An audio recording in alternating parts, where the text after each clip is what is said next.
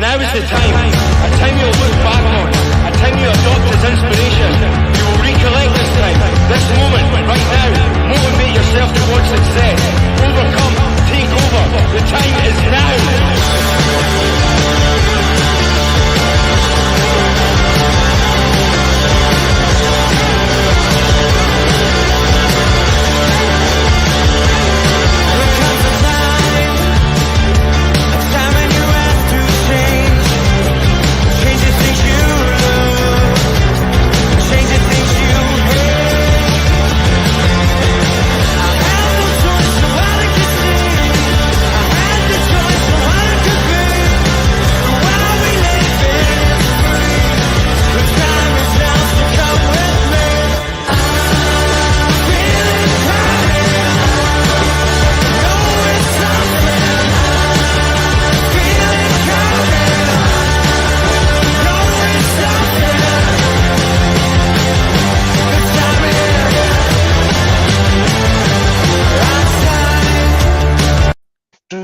That time is now. Feel it all around. Everywhere I go. I didn't know I was going to start singing, but I am. I was just riding the wave. I just kept going with it. Get in there. Fucking hell. We won. We won again. Unbelievable. What's going on? Have I died and gone to heaven or something? What is going on? Pete, like Pete, tell me. Is this real? It is. It is, mate. It is real. Like we both said before we went live, we need to just literally drink it all in, because it's the good times. And look, we've had many a shit year supporting Newcastle United, so why not enjoy this? And it's amazing. Pete, is your glass half full or half empty there? I couldn't tell. It's full. Not for long though. Not for long. Oh my God.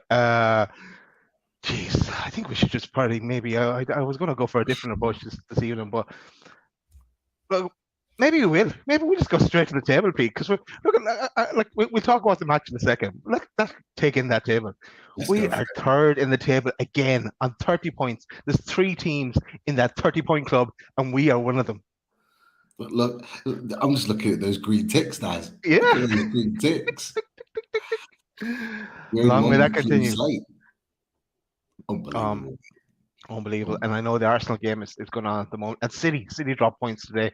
They lost against Brentford, and they were unlucky they were lucky, to get full points last weekend. So, the break has probably come at the right time for them, because they need to mix it up a bit as well. But fucking hell, we're third in the table. And of course, our friends, Man United friends, they've got to go to Fulham tomorrow, and they've got to get something. And I would love it. I would love it if we finish ahead of them and finish in top 4. Go on. And my last pun before we get down to business is to Boogeyman. We like that. You're welcome. Boogeyman from that Chelsea channel last year.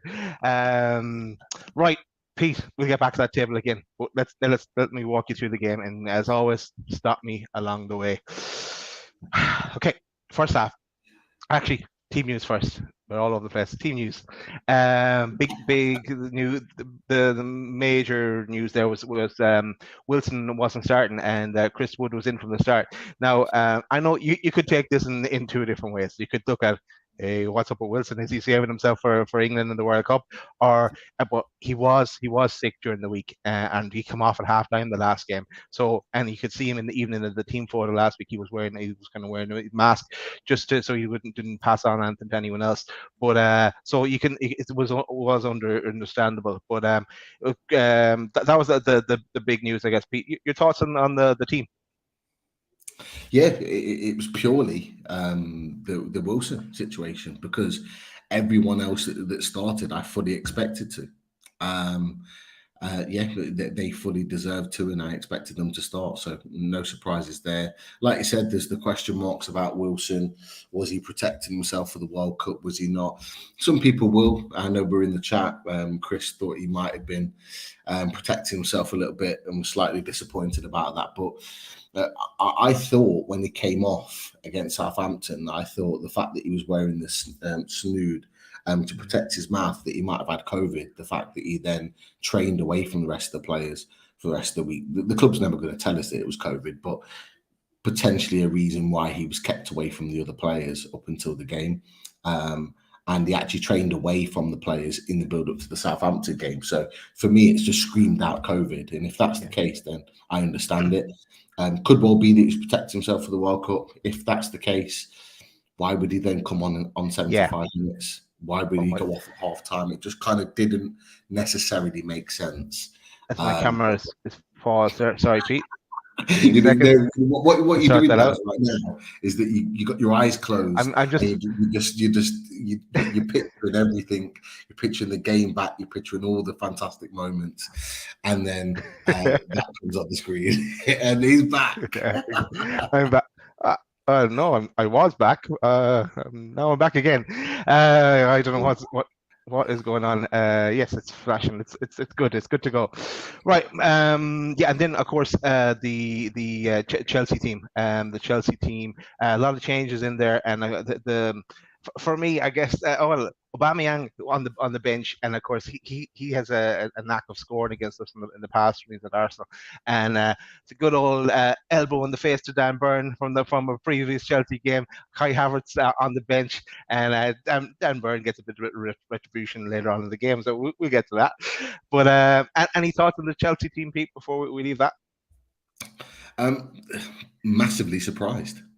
Really was. Now, to be fair, Lewis from the Way Days, Carefree Lewis from Chelsea Fan TV, he did mention that there could be one or two players that may well not play in the game. And I was kind of like, oh, is he trying to pull the wool over our eyes and they go full strength? But actually, no, that wasn't actually the case. They rested players. Sterling not in the squad at all. Thiago Silva, who's arguably their best centre-back, on the bench. Cucurella, not in the team. Aubameyang, not in the team. I just thought it was really, really strange. Really, really strange. I don't know what you guys in the chat thought, but it was definitely a big surprise for me. But look, I then, all that did for me, and I don't know about you, Daz, all that did for me is when I see that lineup, it filled me with confidence. So in my mind, it was screaming, that's a weak team. We can get at them. Like, were you the same? Yeah, I was, and I'm still paused, Pete. So I'm having a bit of a meltdown here. Yeah, it just like they're a bit uncertain about themselves. They don't know what they're at, and yeah, we're going to try something different. So hopefully my camera reboots. But yeah, look, I wasn't really cared about them. I thought actually during the game, then I thought, have they come here just to get a draw? It was kind of that kind of a mentality about them. They only started playing as well when we in the last 10 minutes or so. But a bit crazy. Right, I'll get into this and I'll bring up this the lineup. I'll walk us through the game. The camera stops. Shout, and I'll reboot it, and I won't even see myself. Right, the first half, fairly even in the first 15 minutes. On the 15-minute mark, Willock did well. Got a cross in, Miggy with the volley over the bar. The 1-2s weren't really working out for us at times. It was a bit scrappy. Botman was all action. Pure action, man, today. 26 minutes, J7 ball in there, no one in there to pick it up. Newcastle up in the pace. On 28 minutes, Pope brought a save out of Pope from Broja. Jorginho and Bruno were having a great old battle in the middle of the park as well. Jorginho got a yellow card, and there's on the 28 minutes as well. 30 minutes, 35 minutes, Chelsea attack. Botman header clearance, a great header there with that ball in, was looking dangerous. 37 minutes, Silva cut out something similar, was on the ground probably, but Thiago Silva clear. It was a nice move from Newcastle. Newcastle tried various different corner routines, They weren't getting space really. 46 minutes. And then there was a potential handball incident actually. I don't have any picture of that, but Chalobah, he's kind of trailing hand whilst he was falling. It was only a corner to Newcastle. But did you think that brought us to halftime? 0-0 halftime. But Pete, did you think that should have been the penalty? Yeah, I did. Some people may think that I'm being biased, but I've seen those penalties. I've seen penalties given for exactly the same. This rule of he was sliding, so he was using his hand to kind of keep himself upright. What a load of rubbish. You don't have to go to ground. If you choose to go to ground, you run the risk of your hand connecting with the ball. So therefore, it's a penalty. We've seen many a time where those have been given. And I just think it was almost to kind of protect Chelsea because they were under the cosh at that point, let's be honest. They were. So it almost felt like that. I might be wrong. Some people might not agree, but I just felt like it was a. What do you think? What do you think? I think it would have been very harsh. Imagine if it happened to us, and it probably has happened to us in the past. They kind of don't really give them like that recently. And it was very kind of close. So yeah, I couldn't have fought too much for we could have shouted for, but yeah, no. It was one of those things. I think we will move on from, especially now. Don't mind now. But right, then we get into the second half. Hang on, let's get myself ready here for something that's coming. Yep. Okay. Chelsea. They all loved getting a tackle in on Bruno. 48 minutes, a better J7 cross could have resulted in something after the slip from Jorginho. 50 minutes, 2 chances for Newcastle. Bruno from a J7 header down. Bruno had a shot, and then pretty much straight after that, Miggy had a cross. Cross fifth goal, and Longstaff got a shot, but nowhere either. Newcastle were on the march though, but they really needed to capitalize on the amount of possessions and chances they were getting at that stage. 55 minutes, Trippier yellow card for professional foul. 57 minutes, Willock ball in. Wood needed to connect with it. That was kind of a half chance there. Wood was a bit faster. He would have got to that. I think it was a good clearance from Hall, but Wood should really potentially got there before it. 64 minutes, 2 mistakes in from Newcastle. Trippier made a mistake, then he come back and corrected, and then someone else made a mistake. Pope brought a save. Gallagher brought a save on the Pope. Then on the 66th minute, here it's coming.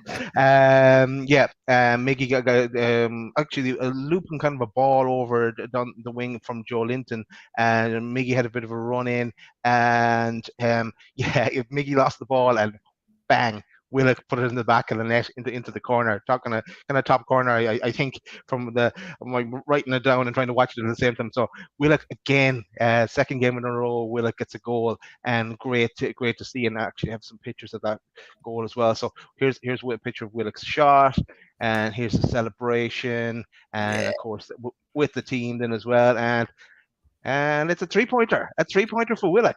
I love it. So that was great to see Willock scoring, and I think I put in the chat, my boy Willock scores again. I knew once he got that one goal, it would for him. Now you really wish that break didn't happen, because he would go and roll. Hopefully he picks it up after the World Cup.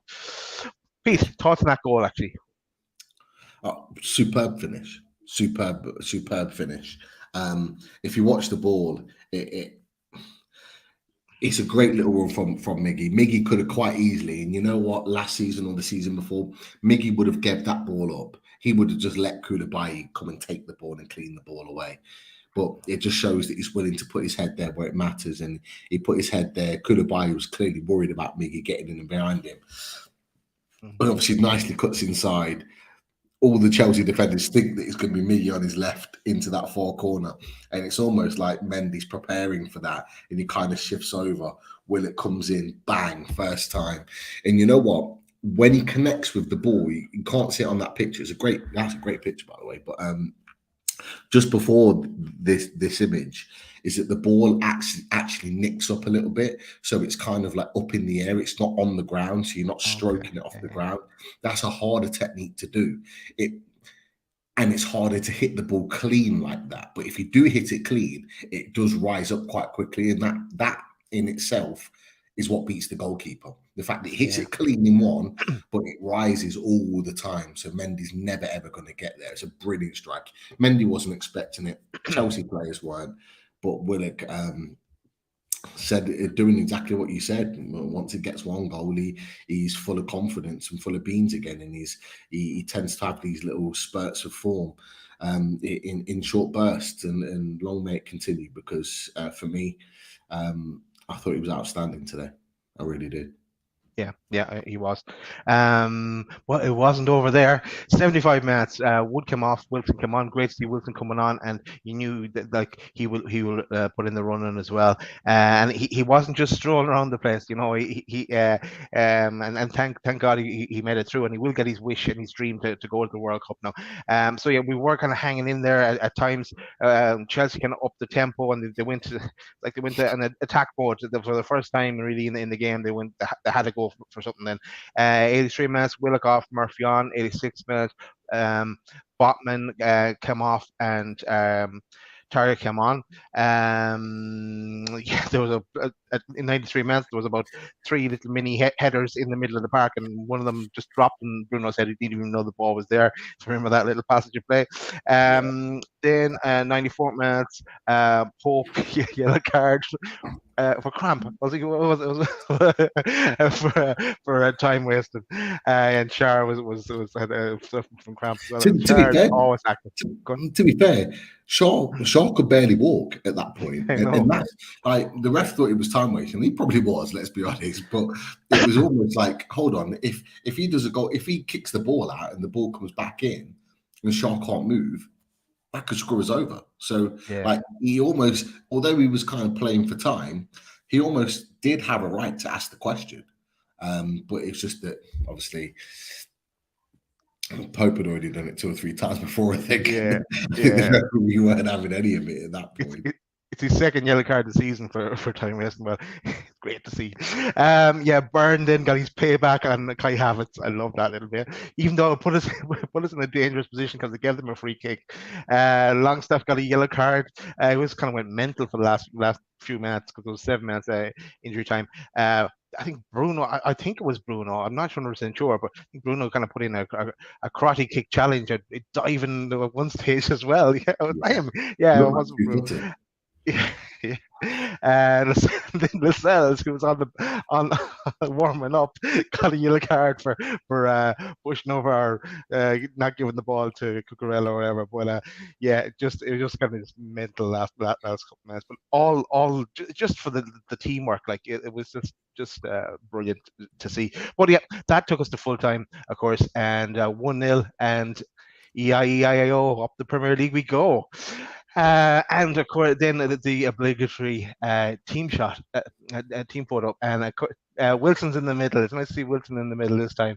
And if you remember back to when he was on crutches and he didn't want to appear in them, or but now he's off the World Cup, and delighted for him, and just brilliant to see everyone. And even in Bruno was smiling. If you remember the last one against Palace, Bruno wasn't smiling because he missed his penalty, but great to see that there. And then but we're used to seeing that now because we see it nearly every week. There's the calendar idea, Pete, that we talked about before. Love it. But love it. I hope the club do bring out a calendar like that. But that is really it for the. Yeah, we've got enough, hasn't we? We've got enough from last season, and then 8 this season. We would. Let's do it. Why not? Cool. Right.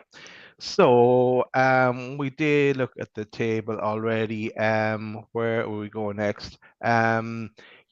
Just maybe your general thoughts on the game, Pete. Jimmy just welcome in the chat. Good old Jimmy. Great to see you in there. And just before we move on, Mark Frost, thank you very much, Cheers, Mark. for your donation. Really, really do appreciate it. Massive support for the channel. So thank you. And just wanted to make that point. Nice one, Pete. And just because I'll forget again, make sure if you're new to this channel, you hit that subscribe button. We are on a march to 5K. We want to get there as soon as we possibly can. And there it is, the Chris Hall special. And make sure you hit the like button as well. Last time we set a target of 350 likes for our reaction show. We blew it out of the water. Yeah. I think we could get potential 400 for this one. What do you think? It deserves 400 for a win against Chelsea. Yeah, so nice one. Pete, your thoughts then on the game? It was a different type of game today. It was a different type of game. We've had our Brentfords, we've had our Villa's second halves. We've had our Evertons where we've been very, very comfortable, very, very dominant. But this was a different type of scrap. And we had to show a different side of Newcastle United today, because although I thought for long parts of the game we dominated and we really controlled the game and we never really looked like conceding a goal, we always knew that they did have, although some of them weren't in the team, quality players that could punish us at any time. We know what Conor Gallagher can do from long distance. We know Brozier, because we talked about him pretty much all summer, Dad, who is a potential signer for Newcastle. So we knew they were tricky players and players that could cause problems for us. But I thought that we handled Chelsea's threat very, very well today. For a team that are up there in the top six, that supposed top six that are there and supposedly challenging for Champions League and European football, we were more than a match for them. They were never in the game for me. Maybe in the last part of the second half, they pushed, but you would expect a team of that quality to push. I thought the midfield were outstanding. I thought the midfield was so good. It was at times it looked like they were getting bypassed by Chelsea when they did break the lines, but it's because they played so much high risk football. They were willing to push themselves as far up the pitch as possible to press out Chelsea's back line. And be prepared to sprint back and to cover their defence if they broke the lines. And that's a high risk football. You're talking about top elite players, the Man Cities, the Real Madrids, the PSGs play that level of football. And we were doing that against Chelsea today for long parts of the game. But as we've said, Daz, for 15 games now this season, we will work harder than anybody else on the pitch. We will press higher. We will be more intense than anybody. And we don't just do it for 15, 20 minutes. And this is what I said to Lewis and I said to Nick on Thursday. We do it for 90 minutes. And we did exactly that for 90 minutes. And it was so pleasing to see. We had to bring a different side to us today. The physicality was an issue. They were trying to be physical. They were trying to ruffle our feathers. We gave it them back. We got stuck in. We let them know that they were in a battle. And then we let the football do the talking. And it was always going to be one special moment to win the game. And Joe Willett provided it. Yeah, and absolutely great to see. Just while I just run through some of the comments there as well, Pete, while you're chatting as well, because there's only two of us, so we have to multitask, help each other out. So shout out to Stanley Waters as well for your contribution. How Byrne is not in school is beyond me. Yeah, he true. He deserves to be in there. Definitely. There's just while we're there, thank you very much, David R, for your $8.99 donation as well.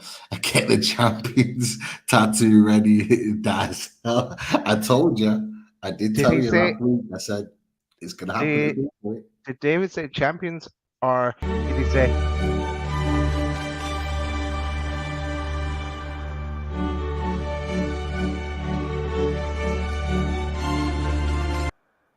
It's coming. It's coming. Start believing. It's getting louder. It is. I pushed up the volume a bit. Oh God, Pete.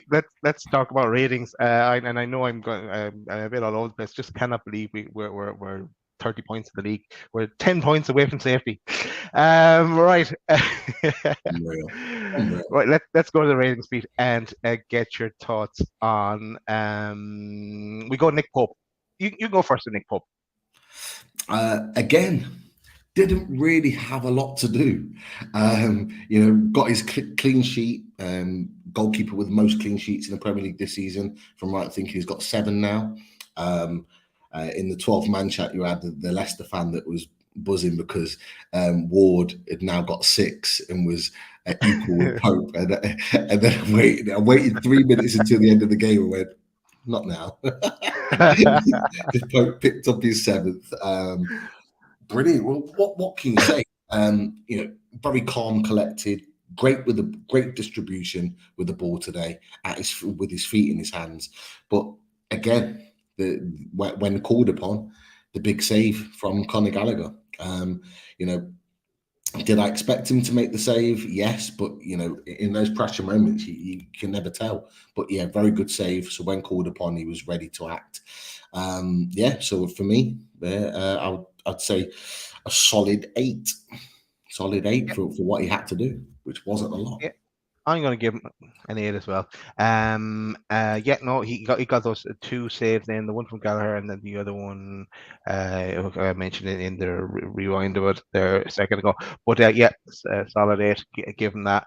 And actually, since you mentioned Leicester, you don't mind Leicester winning when it's against West Ham. That keeps them well down. God, they're having a disaster of a season. Moyes could be out soon the way it's going. But anyway, that's for another day. Maybe another channel. Right. We'll move on. We'll go to Trippier. I'm giving Trippier a 8.5. Leading by example. Just up and down the wings. Just solid and just absolutely love him. And calming things down as well. 8.5 for Trips.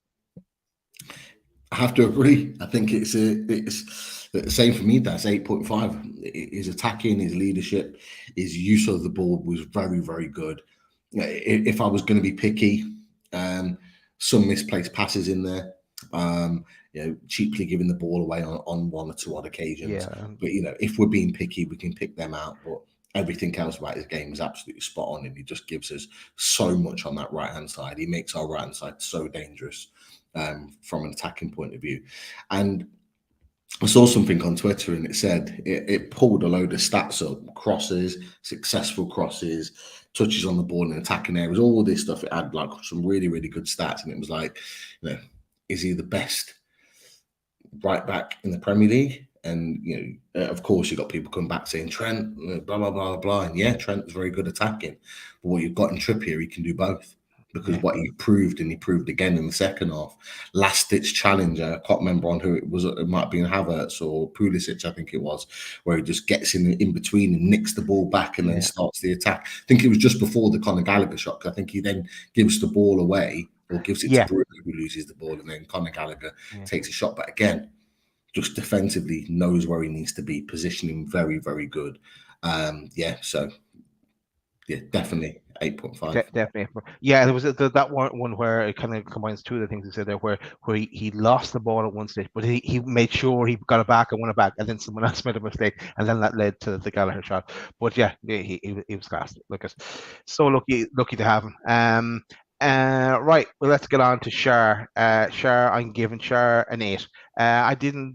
He was quieter than Botman today, and I also trying to distinguish between the 2 of them. He went down a few times playing for time as well. He always goes down every game. He has a little injury that he's. I think he's going to go into acting after football. But give him an 8. Yeah, fair play. I'll stick with the 8.5. I thought Shaw was really good today. Good use of the ball in tight areas. It was hard to break them down in the first half, but I thought he kept the ball ticking really well and dealt with the additional threat, because Trippier was pushing so far forward. When they hit on the counter, he had to then become the right back, and I thought he covered that little space really, really well. He does go down quite a bit. He did get clattered on the head really early on. Yeah, but to me that it didn't look much that and you know he always every time if he goes anywhere near him he goes down and you're kind of going. I'd say that the bench got who's down Char okay no yeah don't bother warming up. You know he's a warrior as well and I'm not saying anything bad about him but I'm just that he does go down too easy and like at times well yeah, you said 8.5 for Sharp. Yeah. Okay. Right up. Let's go to Botman. Botman, I just thought he was unreal today. He did make one mistake at one stage and recovered from it. And then there was I think I remember at least one bad pass, but everything else was absolutely brilliant. I'm giving him a 9.5. I loved his performance today. Yeah, I'm not surprised. I'm not surprised. He really had a point to prove today after disappointing news and not getting into the Dutch squad. So he was really going all out to show what he was about today. I've given him a 9. I could have quite easily given him a 9.5. He was that good. He really kept Brozier quiet physically, dealt with him very, very easily. He just looked the part, really, really did. It baffles me he didn't get into the Dutch squad because they're crying out for someone like him with his capabilities. But their losses are gain, and he gets to stay with Eddie Howe and continue to work and develop with a team. So he'll be ready to go for the Bournemouth game in the Carabao Cup. So but 8. I give him a 9 and fully deserved. Brilliant performance. Right up. We move on to Big Dan Burn. For me, I'm going 8.5. He had a solid game.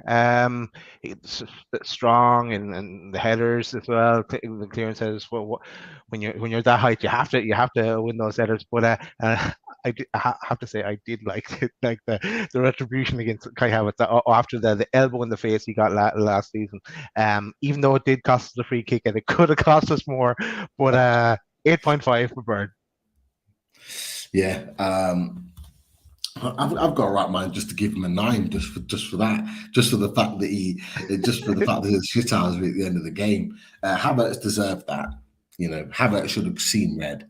He should have seen red. He'd end up getting the winner in that same game at Stamford Bridge. Yeah. And I don't think many Newcastle fans have been able to recover from that because it was so unjust because we were clearly the better team that day. But Dan Burn was excellent, absolutely brilliant on that left-hand side. So good defensively, won everything. He actually was connecting the play really well down that side between him, Joe Willock and Joe Linton. There was some nice little passages of play. So you're seeing that confidence begin to grow in his game. And the great thing about Dan Burn is Botman goes off with a slight injury, just slots into centre-back, you bring Matty Target on, and everything just ticks over exactly the same. So I've given Dan Burn a 9. And Havertz, for you, kiss my ass. Clip that. Oh God, I know I've forgotten what I was going to say. Right, let's move on. Right, let's go to Bruno. Bruno scrapping in the middle of the park, especially with Jorginho. Some nice passes. Some passes didn't pay off early in the game. But he's still class. He's class every week. He's always a class act. But I'm going to give him an 8.5. Who was that? Sorry, I didn't even hear the play you said. That was Mr. Bruno Guimaraes. Bruno. Started the game really slowly for me. I was quite surprised, but the more he got into the game, the more he just grew into it. He was brilliant. Was it his best game? No. I would go 8.5. Wasn't his best game, but he does not just dictate and control the play. And you know what I love about Bruno in games like this, even when he's not playing well, nobody can get the fucking ball off him. Nobody. They get so wound up, Chelsea fans and the players, because they just can't get the ball off him. And he wins so many free kicks for the team because he uses his body so well that even if he's not fully in control of the ball, is it to get to the ball, you've got to go through him. So you end up conceding a free kick. And he's just the player you want, especially when the pressure's kicking in a game late on. and you want someone to take charge and just slow the game down, Bruno always tends to win you a free kick. He just plays that role so well. Bless him. You could see Conor Gallagher, I think he gave a free kick away on the far touchline of the East Stand late on in the game. You can see he's going absolutely mad at the referee because he's like, how is it a free kick? But like Bruno's just so smart. He just puts his body in front of the ball, goes to ground. Love it. But yeah, 8.5, not his best performance, but still a key role in the team. Yeah, no, I agree completely with you, Pete, there. And apologies if I start talking over you because I think my delay is kicked in. You know, it normally kicks in around this time. Early, guys. Anyway, yeah, kid, yeah, it's normally like 4 to 10 or so. But yeah, let's go to Longstaff, Sean Longstaff.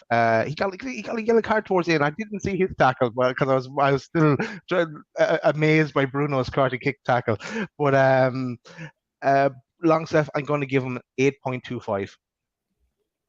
8.25. Longstaff for me gets a 9. Outstanding today. Again, might have not got the goal or the assist, might not be the one that's in lights at this moment in time, but I tell you what, he ain't off playing well for Newcastle United. He's really, really grown as a player in these games this season. Shelvey's not getting back in the team. Shelvey is not getting back in the team. If Longstaff continues to play like that, Shelvey is continuing to stay on the bench because you can't drop him when he's playing this well. He just does everything. No. He's the complete midfielder in terms of he's everywhere. Covers every blade of grass. He's really, really good on the ball. He's tenacious. His intensity, presses high, presses deep. You could probably argue the only thing he's missing is maybe like a regular goal. But when you're playing so deep, you're not going to always get in positions to score goals. So for the role that he's playing, he's complete. He does everything and he does it so well. Tactically, he is 100% aware of what Eddie Howe wants from him in the number 6 position. He is completely tuned in to what that role entails. And you can see the way he just pops up in certain areas. He just knows the role and is playing so well. And I'll leave what I'm going to talk about, Sean Longstaff, because I'll talk about him alongside someone else later on. But for me, a 9 today. Outstanding. That's fair enough, Pete. So 9 for Longstaff for Pete. Next up is Willock, and I'm giving Willock. He was early on. He was at the cross in that I can't remember who it was now, but it should have probably finished. It was one of the early chances. He got the goal. He's continued on from last week where he was. He's unlucky not to get my man of the match tonight, but I'm gonna give him 9.25. So that because I'm giving my man of the match to Botman. But so yeah. That's Willock for me. Yeah, Willock is my man of the match today. 9.5 for me. Yeah, fully deserved. And I think you brought me nicely on to the second person I wanted to talk about after Longstaff. Joe Willock's performances. Let's put the goal aside for a second. His performances in that midfield are just so good. You've got a regular England international in Mason Mount that was absolutely atrocious today and deserved to get subbed, and he should have been subbed a lot earlier in the game. And he got absolutely destroyed by Longstaff and in particular Joe Willock, who was brilliant today, fully deserved his goal. All action. Love how he gets the ball and just runs at players and just commits them every single time. But his link-up play's improved. He's making those little triangles like I talked about with Burnham, Joe Linton. Really, really nice passages of play. And again, growing in his role. Like, when have we had 2 English midfielders that are outplaying some of the top 6? Willock, Longstaff together in midfield are outplaying these superstar midfielders that have been plucked for millions and millions and multi-millions of pounds from the likes of Chelsea, from the likes of Tottenham, from the likes of Man United. You know, it's unbelievable. Longstaff for free. we're paying $5 million per transfer window for Joe Willock. Peanuts, absolute peanuts. Exactly. And he's outplaying a Casemiro that costs 60 million. He's outplaying, you got Jorginho who costs stupid amounts of money, in that midfield. It's just unbelievable. Honestly, so good. To have those two English midfielders, one being a Geordie, in our team and playing so well. Brilliant to see. I'd love to see Willock score a goal against Arsenal. He kind of coming from Arsenal reserves on the fringes, and then just come back and be still on that run. Hopefully, by the time we're back at it again. But yeah, Joe Willock. What was your score for Willock? I know he's your man of the match. Yeah, 9.5. I gave him 9.5. 9.5. Right, cool. Lovely beat. Right, we move on. Let's go to Miggy. Miggy again, running. I say it every week, but the press from Miggy, he's always at it. Leading by example, never stops. And he got a few breaks as well today, but it just didn't work out for him. His run didn't continue. There's Richie. Richie was at the game as well. Yeah. Loving it. I'm sure. Get yourself on here, Richie. Get on here. Enjoy, fella. And enjoy is right. Maybe I'm going to give him an 8.75. Richie loves the decimal points, so I'll have to go 8.75 for Miggy. 8.75. I give Miggy a 9. Miggy was very good today, particularly in the second half. He was better in the second half than the first, but he played a really important role. He Koulibaly in November. Richie will remember this as well. We were talking about Koulibaly as a potential signing. We were saying, yeah, get him in. And to be fair, at Napoli, He was unbelievable at the back, but he's come to Chelsea. He's a shadow of the player that I've watched and seen. And Miggy just absolutely tore him apart time and time again. He didn't know what to do. And obviously played a huge key part in the goal, a really brave move, intelligent cut inside and set it up nicely for Willock, which, if I'm right in thinking, that's Miggy's first assist for the season, which he hasn't had an assist for a long time. So I'll double check it, but it should actually register. It does. It registers as a Miggy Almir on assist. So fair play. Yeah, so I'm going to give Miggy a 9.3. I'm going to go the points on this one. No, I can see where you're going. You're giving them the extra marks for this. Well, I can't lost what I was going to say, but yeah, no, fair play to Miggy. Let's move on. Let's move on to Joe Linton. Joe Linton here, a nice little picture of J7 as well. Joe Linton obviously didn't get in the Brazil squad, but he didn't get a little heart shape on his head. But look, he's strong as always. The press breaking down play, solid as ever. Great to see him back after he was the game he was suspended, and giving Joe Linton a 8.5. I'm going to give Joe Linton a 9.2. I'm getting into the points like you, Daz. I don't know what you're doing to me, but I'm changing my ways now. But I thought Joe Linton was immense today. Really, really good. He was the battering ram. He was the bully in that midfield. Again, just like Willock, just like Sean Longstaff, all action everywhere. Bullied, battled, got stuck in, but I love how he just drives with the ball forward. Him and Willock interchanging between 1 minute you've got Joe Linton, and I think Geordie Tune for Life touched on this, and you're absolutely right, Geordie Tune for Life, in your comment earlier, in that there was an interchange between Willock and Joe Linton throughout the game. Is that 1 minute you've got Willock playing the left wing and Joe Linton sitting in the midfield on that left-hand side, and then all of a sudden they just swap and they just constantly interchange. But what they did in the second half, what Geordie Tune for Life noticed, and I did as well, is that they then switched Joe Linton and put him inside to combat their attacking threat, to have him support Dan Burn, to support that counter-attack a little bit better, because we needed the physicality in there. And then they put Joe Willock on the left-hand side, which ultimately he gets the ball from, because he's the one higher up the pitch that comes in and scores. And they did it. They moved him onto the left against Southampton and he scored. They did it again today and he scored his goal off the back of that. And I just think, but Joe Linton allows that to happen because he's so versatile, like Willock, that he can just interchange throughout the game. And Joe Linton went into that midfield second half and really kept things solid, got stuck in, hunted in packs. He was always the second or third man that was hunting, that was winning the ball back. Put everything on the line today. And you know what? At times he was destroying his Brazilian counterpart.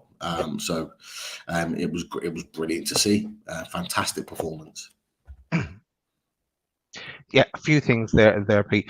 That's what I meant to say as well. That it's great, and we've talked about before. It's great to see that Willock and Joe Linton can interchange, and they do it quite often. And it's also great that, as you mentioned as well, where Byrne can step in when Botman had to come off as well. So it's great to have that versatility as well in the team on the pitch, not even having to use a sub to do it. Even though we have loads of subs, there was a time there was is Eddie Howe going to make a sub because and I know why he was hanging on because we were playing so well and keeping them out. And there was a pretty good reason he didn't bring on ASM because we didn't need that flair. What we needed was someone that's going to come back as well and put in the shift to make sure of it. Right, let's go to Chris Wood. Chris Wood started in place of Wilson. Does what Chris Wood does.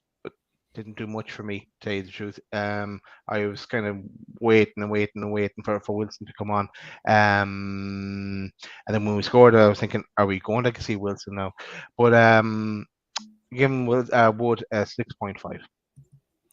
6.5. I've been a little bit more generous with his performance today. I've given him an 8. I actually thought his pressing was really good today. I thought he ran his socks off in terms of pressing high.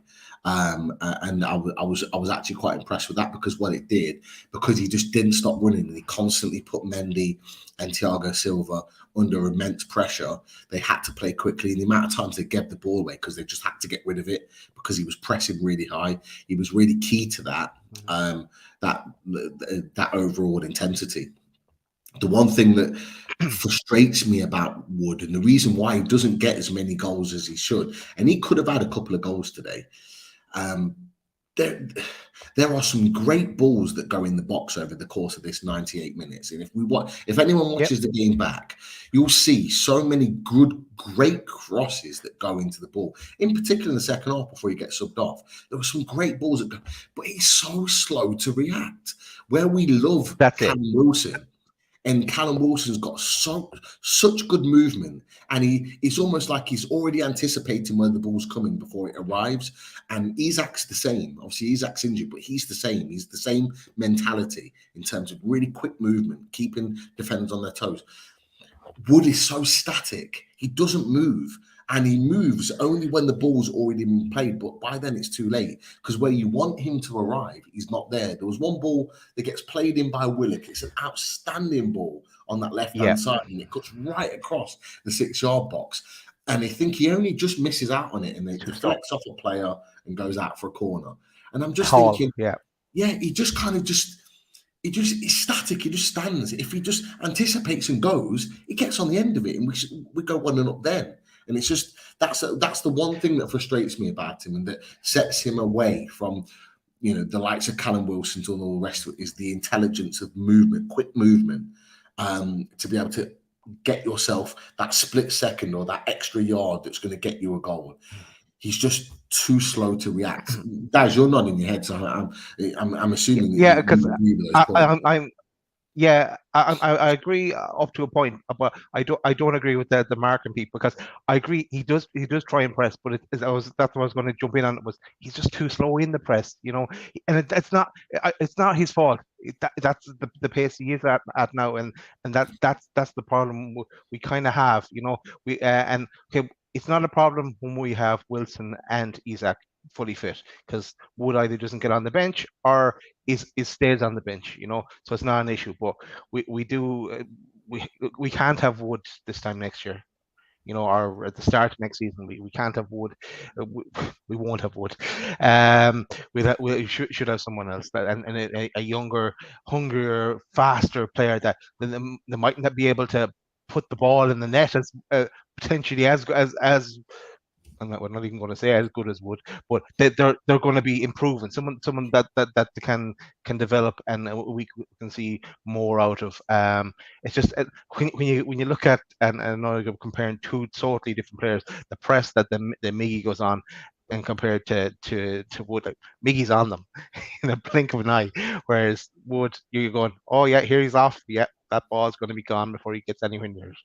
You know it's coming, and so that the defenders. And oh yeah, thing that and this is not related to Wood, but thing that you mentioned, I was sorry to see Thiago Silva come on, because and Ruben Loftus-Cheek, when he went off, I was there, oh no, because he did all right. Like he did more than Koulibaly, what you were mentioning there, but. Yeah, that's our ratings for the night, Pete. I'm gonna, while we have loads of people watching us live now, I want to mention. Well, first of all, I want to say, make sure you hit the subscribe button if you haven't done so already. Make sure you hit that like button, because we're aiming for 400 for this video. But I want to tell you what's happening before people end up dropping off or anything. I want to tell you what's happening over the next few days, because we've got 2 big shows unloaded coming up. We've got one, we're going to talking about Miggy again. Miggy with Roberto Rojas.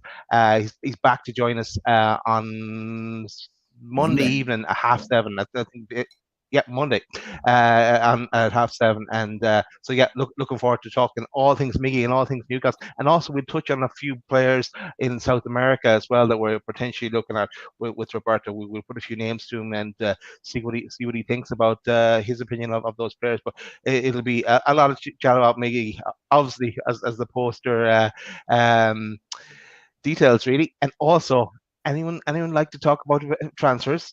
We've got a bit of a winter warm-up coming up. We've got Sean back with us. Sean is back with us on Tuesday at 7:30. So Sean we'll be talking about maybe even talking about a few of the sponsorship stories that are going out as well, especially yesterday if you've been watching on Twitter. But back to talk about all the names and potential names that we could be linked with as we get closer to January and when that window opens up again. So looking forward to having Sean back on. We haven't had him on for a while, but it was time. It was time to kick off the fully loaded transfer show again as a kind of warm up to January.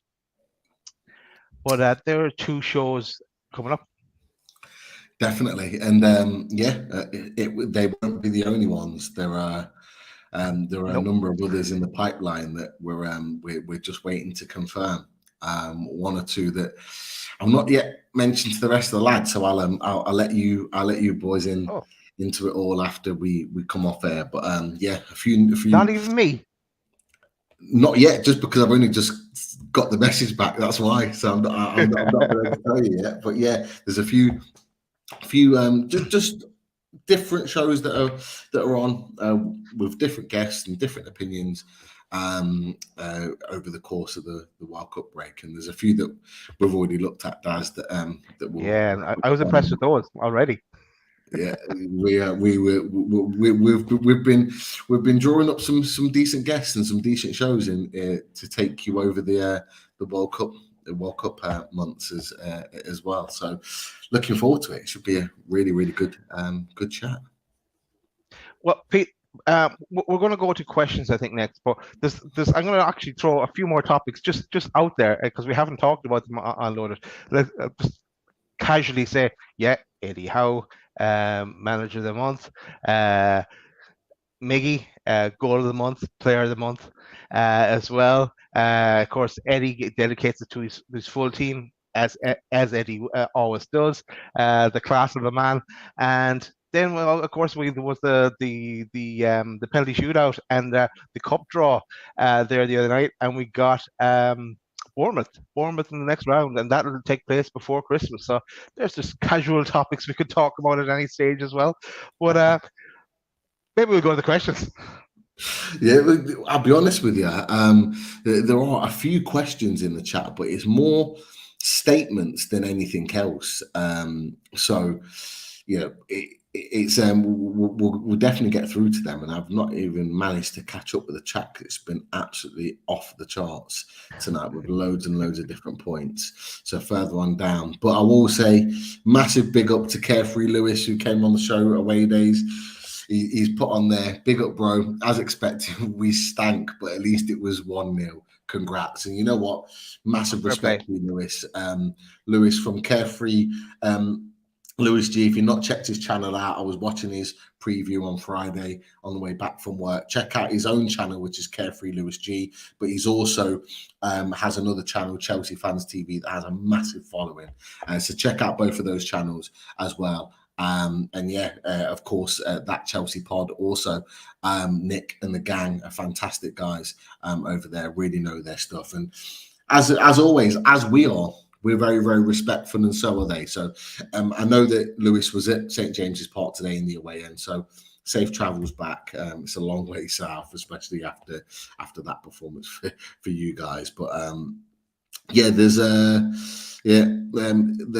answer to one of the questions I think I asked about Longstaff and Willock. When was the last time that two English midfielders for Newcastle were really tearing it up together at the top end of the table? And it probably was Dyer and Genus when Speed wasn't necessarily around. So that's a fair one. But yeah, thank you, Lewis. Yeah, hit those likes. Let's get us to that 400 mark, as Daz said earlier on. Let's make sure that happens. There are a couple of there's one for you, Daz. And David John Cook says, "Call that singing, Daz." I wasn't even trying. I wasn't even trying there. It was just a spur of the moment. Maybe we. No, we're not bringing out a Christmas song. I was going to say maybe we do it again when you are trying, and we'll try and get it out there for Christmas. Let's get Martin back for the singing as well. He was pretty good at singing. Definitely, we'll definitely do that. Right, I know. Peace. We could get Martin singing in the background with just Chris miming. That's an idea. That could work. That could definitely work. That could work. Again, just statements really, rather than actual questions that are out there. How many were booked in the kickoff at the end? Officially, there was none. I don't think there was any. Not unless you saw anything different, Daz. Did you see any? No, because I ran upstairs. No, I ran upstairs to start downloading pictures to get ready for this. So I didn't see that, but I did run down again and press play. But no, I didn't see anything after that. It cut straight to the Arsenal game, so I didn't see anything else. SV, well, before that, I'll just put that Shane, welcome Shane from Australia. He said that the ref absolutely lost the plot at the end of the game. I would agree with you. 100%. He was not in control of those players. But SV88 asked or says that was better than the Arsenal game at home last season. Would you agree with that, Daz? No, I think the Arsenal game was better. I can't remember too much of it now, but I just remember the Arsenal game was the game of the season for us last year. But there were absolutely great result today. Look, it's just the momentum as well that we're on, and all culminating in us being third on the table. It's just Chelsea. I think last season wasn't Arsenal going for the Champions League, so they really had to win, and we took it away from them like that. That's why I think the Arsenal game was the standout one last season. But like Chelsea, not taking anything away from us, but Chelsea aren't Chelsea as we know them either. So great. No, fair play. There was an interesting question here. It's not long just come up from Mary. Welcome, Mary, to the chat. If you've not already subscribed, click subscribe. Just to let everyone know, we've had over 10 new subscribers whilst we've been on the show tonight. So thank you for everyone that's clicked that subscribe and joined the channel. But Mary's put, would go in the transfer window. Daz, you talked about that earlier. What do you think? Are you still of that mindset? I would sell him in the transfer window and bring in a replacement, yes, but I don't think he will go. In the summer transfer window, yes, he'll go, but in January, I don't think he'll go. I don't think it's Eddie is that ruthless to do something like that either. But I'd be hoping we don't really see him anymore. But I'm being mean, I know, but it's just we have to improve, and that's one player. I There's a few players like the likes of Richie, Dummett, and a few more like Jamal Lewis. We have to start clearing the deck and to start improving. We have to be able to, if we have a player in the team, we have to feel confident that we can see the best out of them, because as we go forward and as we go into more games in next season, because we will be in Europe in some competition next year, we're going to need a large enough squad to play 2 games a week. So we need to be able to utilize that. I would agree. I would agree. I'm just looking at some of the questions that are coming through. Some brilliant questions coming through. But I'm just going to go through some statements because people have made some comments. I'll just read some of these out quickly. L. Stapleton, welcome in. Bottomless face at the end with the win and the clean sheet. Priceless. Love it. Absolutely love it. And he loves it just as much as we do. Mark Blake says, I think we might be in the title race here. If Wolves win or draw, they're losing at the moment, which is frustrating. 2-0, is it? Is it 2? I still thought it was 1. Yeah, I seen 2-0 here on the Premier Yeah. League scoreboard. Right. Yeah. Good God. So that game in January for Newcastle versus Arsenal could be a top of the table clash. It will be a top of the table clash, but title decider. Definitely. It could. It could shape how the season goes for both clubs. If we win our next 2 league games, so we've got Leicester away, which is going to be a tough game. They're on a decent bit of form at the moment. Yeah. And then we have Leeds at home, and then I think it's FA Cup, and then I think it's Arsenal away. That game's massive. It's a massive game. And you can bet that Man City, that are sandwiched in between both us and Arsenal, are going to be praying for a draw or praying that Arsenal drop points. They might be praying for us to do them a favour, because they're 5 points behind them right now at this moment in time. But going back to us, Gary Finnegan says 10 matches unbeaten. Now, that's really interesting because I think our record, is 11. Currently stands on 11. So we're 1 game away from equaling it. And if we are unbeaten in the Leicester and Leeds games, then we go over that point, which again is another mark for Eddie Howe. Does that include the cup? Because we play Bournemouth before the Leicester game. Interesting. I know Statman Keeps in the chat. He's put some stats in that I'll bring up in a second. I didn't think it included the cup, which is why I didn't include it, but it may well do. And if it does, even better. Yeah. So that would be interesting. Munch said this has to be the best calendar year in the last 20 years. Definitely has to be. It's up there with the best. Definitely. Nobby Clark. I love Nobby Clark. He's put some great comments in tonight. Lads, I need to get a grip. I'm sat here hoping Wolves get a result so we can reel Arsenal in only 2 points behind Man City. That's just us absolutely buzzing right now. One Wolves. There we go. Not quite 2 points, but we're 2 points behind City still, but the gap's opened up with Arsenal again. Right, back to some of the questions. So right at the bottom, interesting one here for both of us, but I'll ask you this one, Daz, from Review Everything. Great to have you on Review Everything. If you're not subscribed, click that subscribe button. Where would you, Daz, rank Wilson in the list of clubs Premier League at number 9? It's a great question. Okay, so I hope I don't miss anyone out, but sheer top, obviously. I'm going to go Andy Cole second. Les Ferdinand has to be up there then as well. But I'm going to put Wilson ahead of Les Ferdinand. I'm going to put Shearer, Andy Cole, Wilson. that's just a top of my head, not looking into it too much. Because I know Ferdinand wasn't here for that long and went on the Spurs after us, and when made his name at QPR. But so I'm going to go put Wilson in there. Wilson, when he's on the pitch, when he's not injured, is lethal. So yeah, put him in third. Interesting. Premier League. Review everything. He's gone for me. Shearer, Sir Les, second. Andy Cole's not on the list. Review everything. Wow. He's gone Shearer, Sir Les, Wilson third. So Daz, you gone. You went third as well.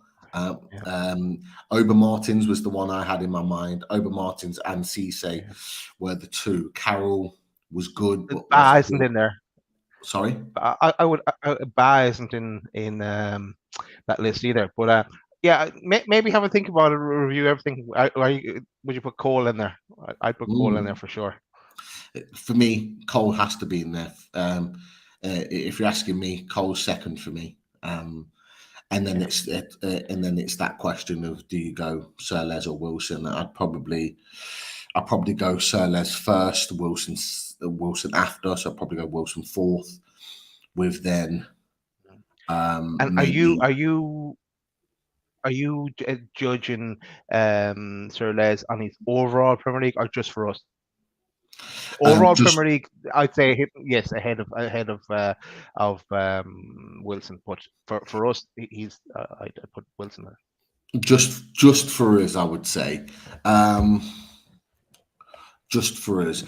Some people have put Demba Ba in there, but I might be completely wrong here. But did Demba Ba wear number 9?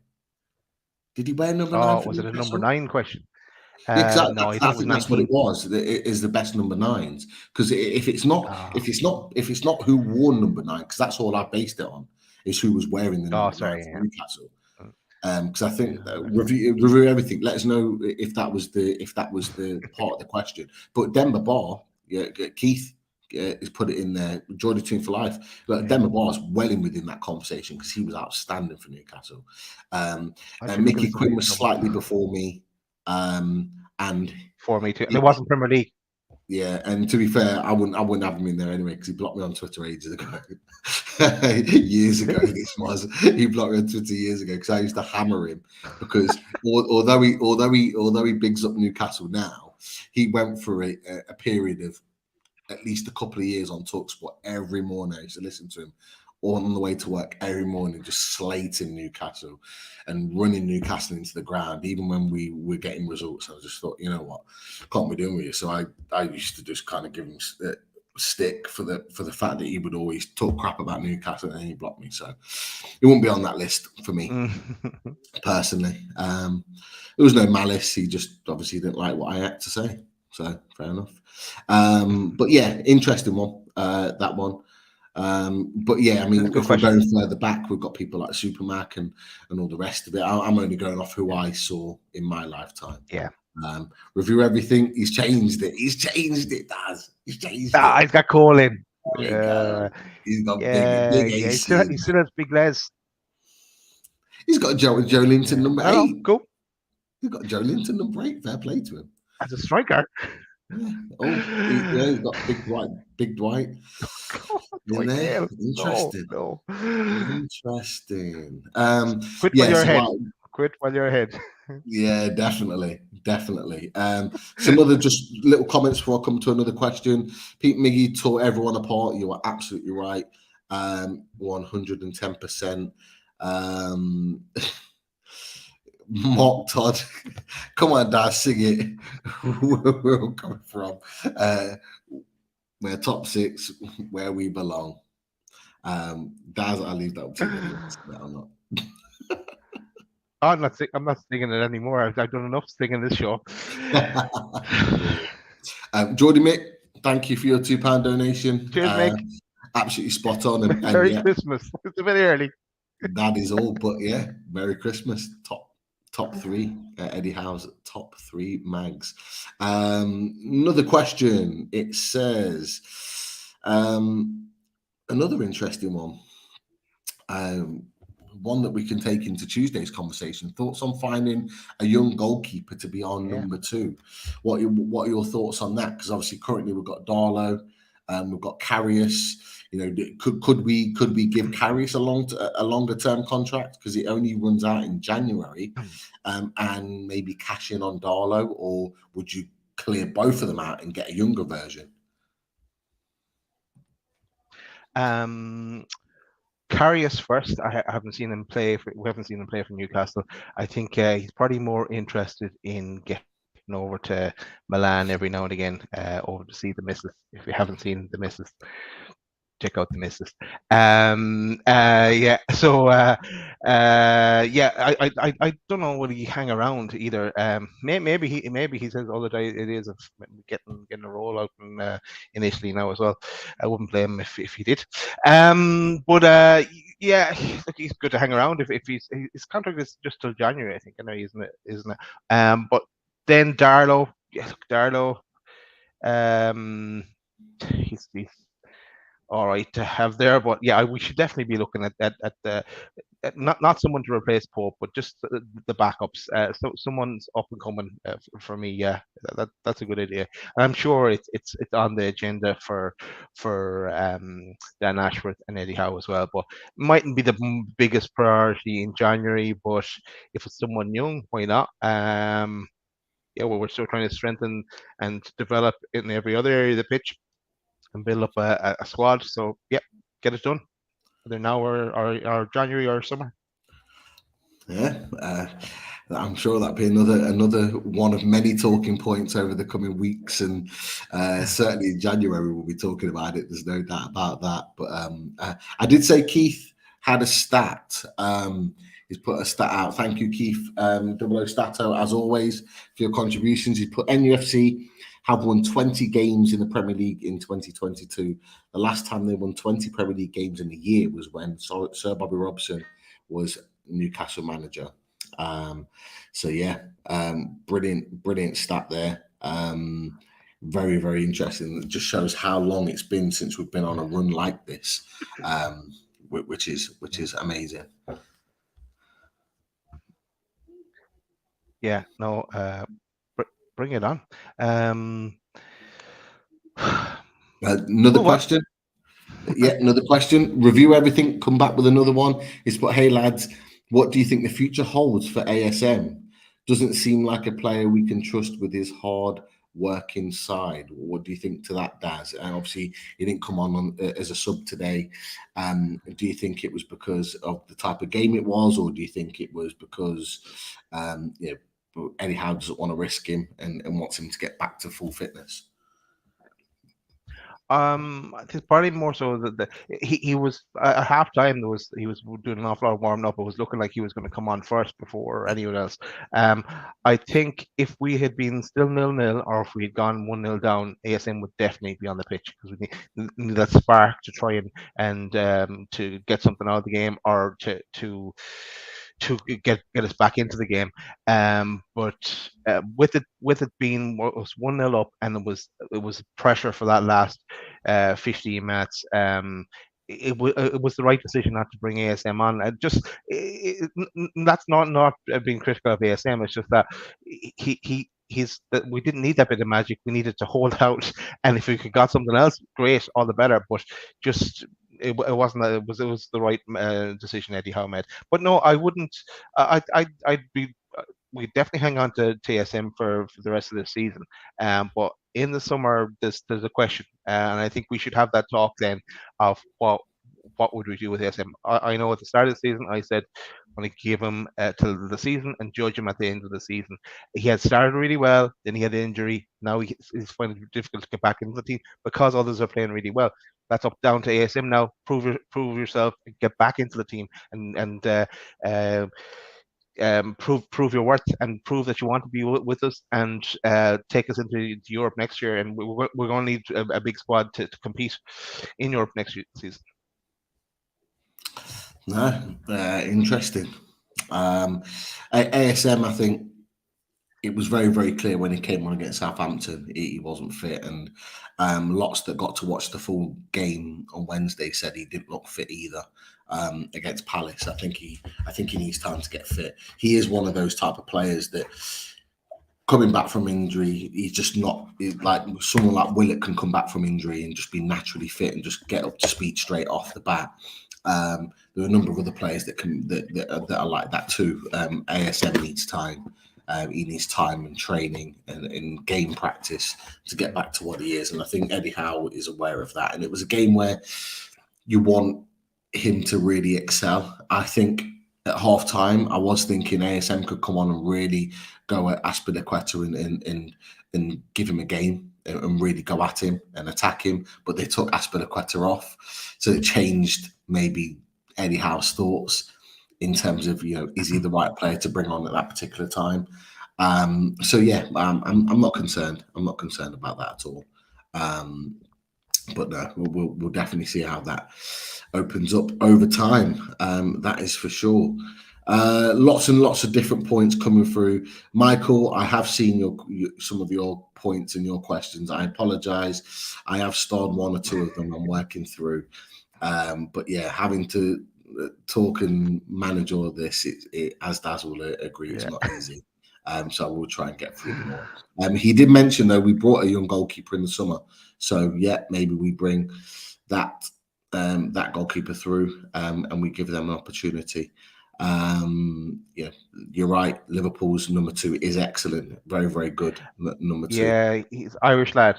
Yeah, he is good. He did well good in at the penalties as well. Yeah. They can stir me. Yeah, definitely.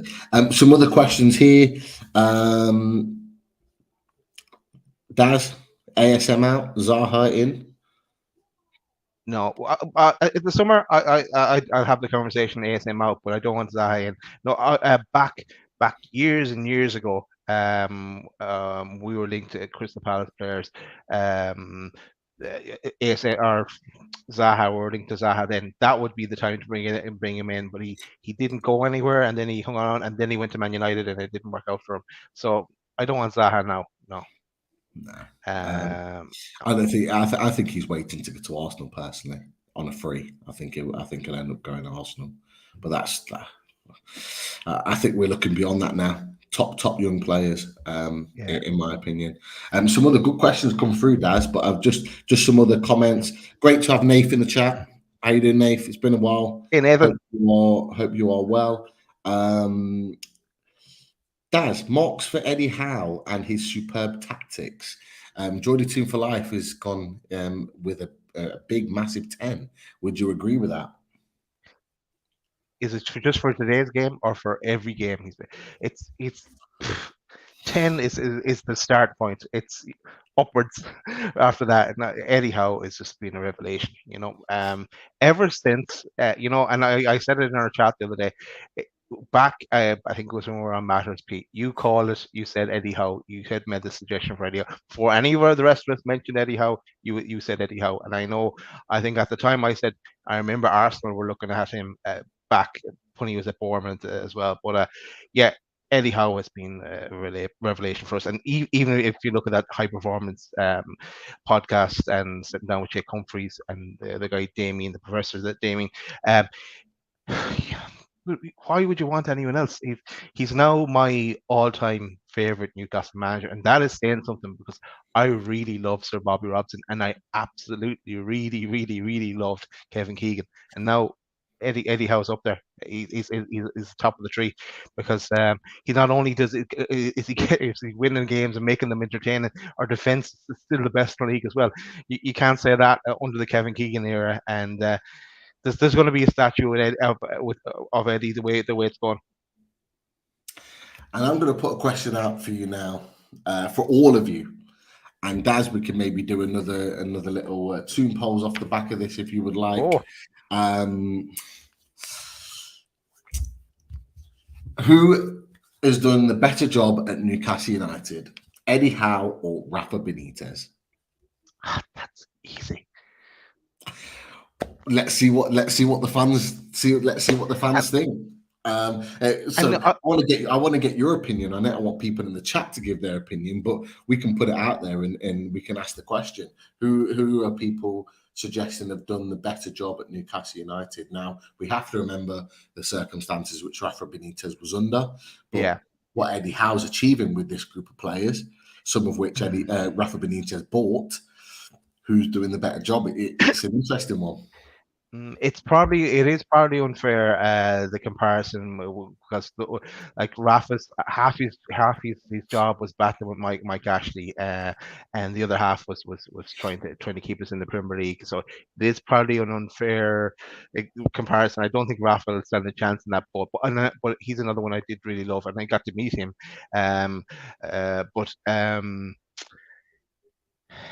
That's going to be a whitewash. He's going to be it's going to be Eddie Howe all day. Not Paul Pete. But put Kevin Keegan, Sir Bobby in there as well, just to kind of balance it out. Yeah, to open that up, that'd be interesting. Really interesting. Some NUFC Shay's got Rafa got with the Mitros at Eddie. Simon, good to see you in the chat. Simon has put Eddie Howe hands down. Graham's put if Howe ever left NUFC, God forbid, who would you have? Oh, that's another question. We'll come back to that one. Eddie Howe for Phil. Review everything. Eddie Howe by miles. Rafa sold Tony, Mitro, and Bemba. He had to really to gain some funds, and they weren't best playing at that point in time in Newcastle. Geordie Jack's gone for Eddie. I think it's an Eddie Howe loving at the moment. Most people are not a fan of Zaha either. Not a serious question. How is better than Rafa? Fair play, Charlie. Seng is gone 100% Eddie Howe. Who's gone Rafa? No one. Life goes most overrated manager. That's a tough one. Eddie's the boss. Would I has gone Eddie. Graham, Eddie, Alan. Yeah, it's not a fair though comparison there. You like the situation they're both in. It's not really fair. And this is the thing, because that's why I said that they had different situations. So for the job they did at their particular times, at their particular resources that were available, who's done the better job? So Eddie Howe, I think most would have been quite content with a mid-table finish or steady progress at this point in time. He's now currently third in the league. Rafa Benitez took a team that were relegated to the Championship and then on to a top 10 finish on the tightest and smallest of budgets. So that's why I say, off the back of the jobs that they did in isolation, who has done the better job out of the two? So it is more of a question, but obviously the loving at the moment is it is definitely Eddie. But reviews gone Kevin Keegan, Sir Bobby Robson, and then Eddie in third. Wow, interesting. But early days on that one. I think that might change as time goes on for review everything. Definitely. Right, I'm going to whip through some of these. I agree. Lawless is looking for his tune top. He definitely is. He's already bemoaning on the chats, on the WhatsApps about Moyes being out, and he's already distraught. Those chats next week should be very, very interesting. So keep an eye on them. Question, Daz. Do we reckon Garang Kowal will be in the first team next season, or is this one a few years away now? I do think. Well, I'll get your opinions on this, because I think I know what you're going to say in response to this. Yeah. Right, we'll go on. I'm hoping that Garang Kowal has an unbelievable World Cup, and then he can actually get a work permit and play for us this season. That's what I'd be hoping. And I know he'd just be a nice little player. Like, we've seen in the little clips and the Australia League, I know, totally different setup, totally different league, so totally different level. But the way he comes off the bench and he changes the game, he's like sets up, gets 2 assists or whatever in the last 15 minutes. Wouldn't you love to have that on the sitting on the bench there? You go 1-0 down, or you're 0-0, and just bring him on, just let him run. A bit like ASM we're potentially going to do today. But yeah, I'd love to see him do something at the World Cup and then be able to play for us this season. Never mind next season. Yeah, I definitely. And the thing that I thought I knew you were going to say is about the work permit, because that's the kicker. I actually think I'm the same as you guys. I actually think that I think he'd have a place in the squad this season if he could get a work permit. So the more he plays at the World Cup, it gives us more to go on in terms of convincing the government to give him a work permit. So if he ends up having a really good World Cup and playing and scoring goals and doing well, even off the bench, if he gets his caps under his belt, it could mean that he comes straight in, which would be great for us. Yeah. And just on that, Pete, I can't remember the group that Australia are in, but I think they're in a difficult enough group. I imagine that Australia manager who's gone to watch him there playing for West Coast Mariners that are Mariners, whatever the team was called, and yeah, I reckon he will do that if they go behind. He'll bring him on for the last 20 minutes. So you never know. He could make a real name for himself, and we could have got ourselves a real bargain. Definitely. I think he'll be a bargain regardless. I do. I just think he looks a solid talent that I think could properly light up the Premier League. Definitely. But Daz, I want to get your questions, the answer to this question. It says, don't think Conor Gallagher deserves a seat on the plane for the World Cup ahead of Ivan Toney. But in response to Wood-Eye's question, I just wanted to get your thoughts on how Conor Gallagher played today at St James's Park. Were you impressed with his performance, or do you just think it was just an average performance? Yeah, no, he didn't do much for me. I actually didn't realize he was in the World Cup squad because I heard him saying something in the commentary. Did he make the squad? But I liked him when he was out with Crystal Palace. I thought, yeah, he'd fit nicely in with us. But then I was thinking today, is he any better than Joe Willock when Joe Willock is on fire? And no. So I don't think no, I don't really think he deserves a seat in the plane. He hasn't done maybe if Chelsea themselves were performing better, but then would he be starting? So no, I don't think he really deserves the seat. I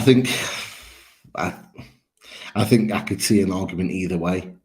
An argument for him not being on the plane, and I can see an argument for him being on the plane because he obviously, Gareth Southgate knows him quite well.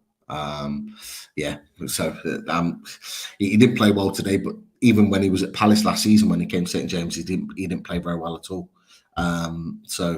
But for me, he's not someone that's kind of stood out for me. But Life Goals has mentioned Caicedo from Brighton.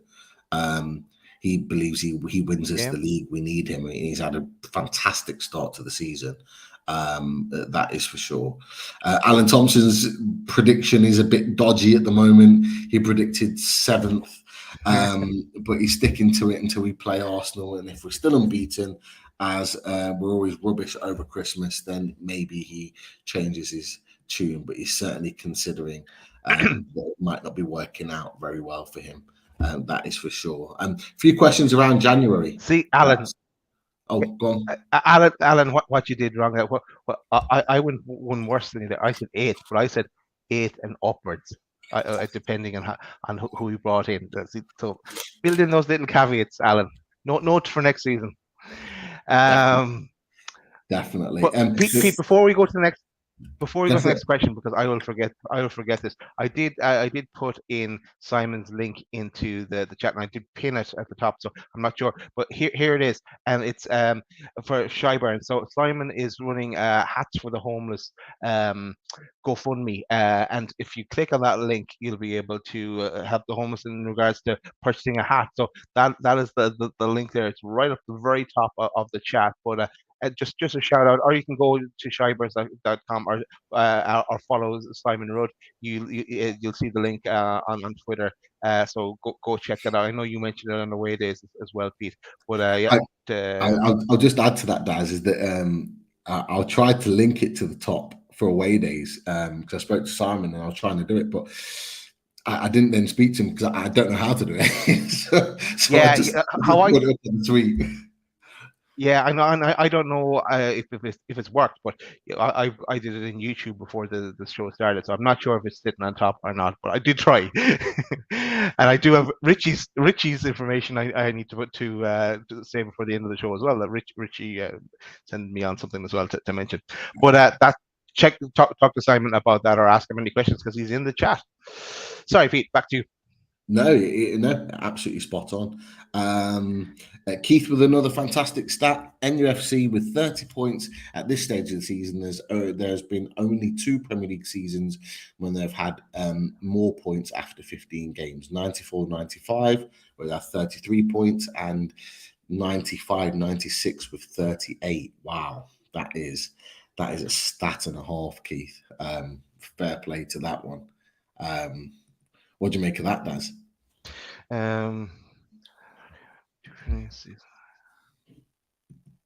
Class, unbelievable.